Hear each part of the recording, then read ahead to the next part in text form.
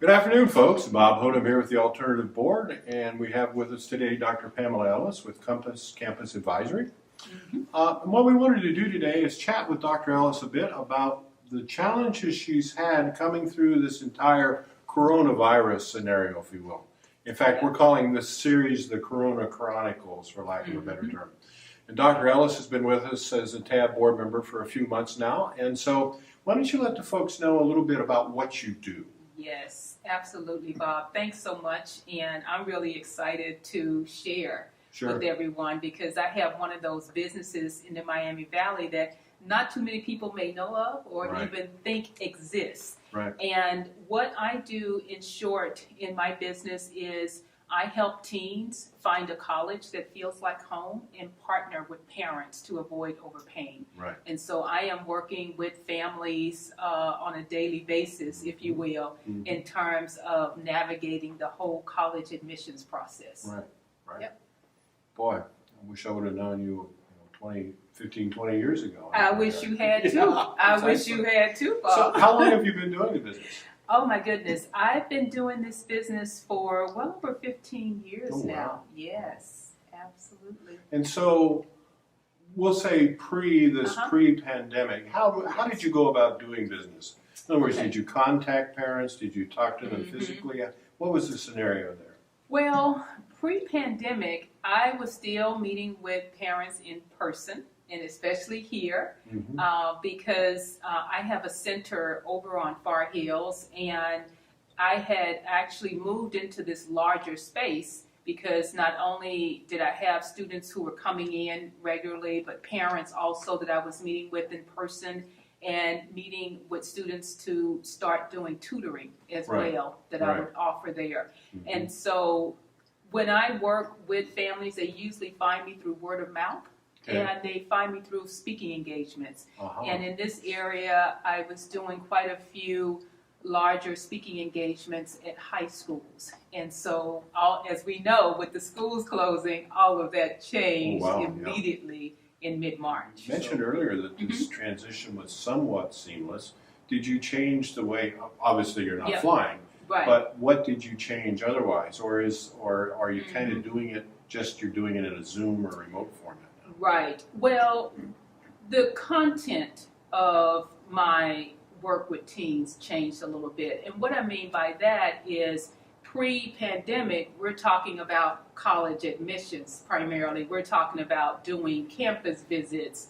But after and during, of course, the pandemic, we're talking about how do you take care of yourself? How do you how do you build resilience through this time? How do you handle, the relationships at home and, dealing with your parents? Maybe you didn't have as strong of a relationship with a parent before this, but when you're at home together all day, every day, then that, a lot of that comes out even more so. And so it was those kinds of changes. You were shifting some soft skills in there in terms of not just fill this out, do the FAFSA, all that kind of stuff. Now it's about totally how you get along. So that's how you really have transitioned. Exactly. And it was about, how to establish routines. So for many of my students, they're just used to doing what they're told to do, and they know that they have a school day that starts at 8, it ends at 3. But they no longer had that. They didn't have the after-school activities. And so they have to pretty much set their own schedule because they were completely unscheduled during the pandemic. And how do you do that? What type of tools do you need to do that? How do you manage the stress as well? And so we talked a lot about how they were coping during that time. And parents often would call to talk with me about the fact that their teen wasn't motivated, had lost some motivation because they weren't going to school anymore. And so it was those mental health questions that were coming up and rearing their head a lot more during the pandemic, and that shifted my conversations with students because I wanted to still be there to support them. I think a final question or two I'd have is as other business owners look at our dialogue here and so forth, a couple of thoughts, one or two thoughts you might give them about how they go about transitioning that business, maybe based on your experience? Yeah, definitely. What I would say is to really use this time to get your systems in place. Oh, Because I have spent quite a bit of time finding out where there are gaps in my automated systems, finding out where there are broken links, if you will. So if you think about your website and how it may have this 404 error page on it, actually finding out, where is that link supposed to go?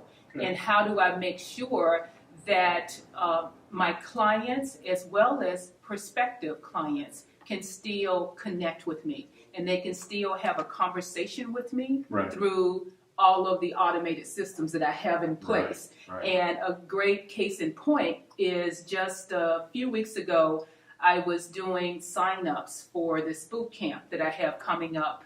It's going to be a virtual boot camp, of course, for students who are going into their senior year. And I had this mom in California, a grandmother actually, who wanted her grandson to desperately come to this boot camp. And so she was calling me, calling my assistant. She was sending emails, and it was like, this is actually going to be a lot of work because I keep having to respond, and she hasn't signed up. And she was saying, my card didn't work. It was always something. Right. But lo and behold, I've told her, everything is just fine because we've checked our systems, all of our automated systems, they're fine. And all I know is when I woke up that morning, I got an email that said she had signed up. Wow. And she had signed up at 2 a.m. in the morning, my time, because mind you, it's 11 p.m. for her. But the beauty of having a system in place was that I didn't have to worry whether or not she had gotten her welcome email, she had gotten the information for her grandson.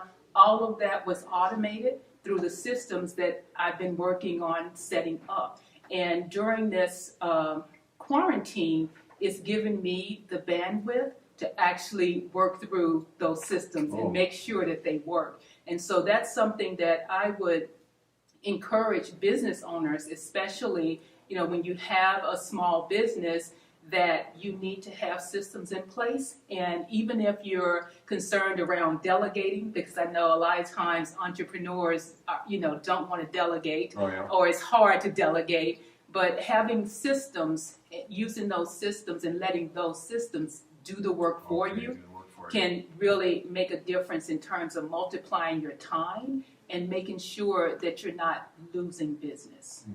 Yep. This has been a fascinating conversation. I very much appreciate you taking the time to come in and do that. Absolutely. I think you made some very key points. We have Dr. Pamela Ellis, who's with Compass College Advisories. We thank you so much for your time today, and I think you gave our viewers a lot of good pointers as we kind of work through this pandemic. Yes. Again, Dr. Ellis, and I'm Bob Hoden with the Alternative Board, Miami Valley.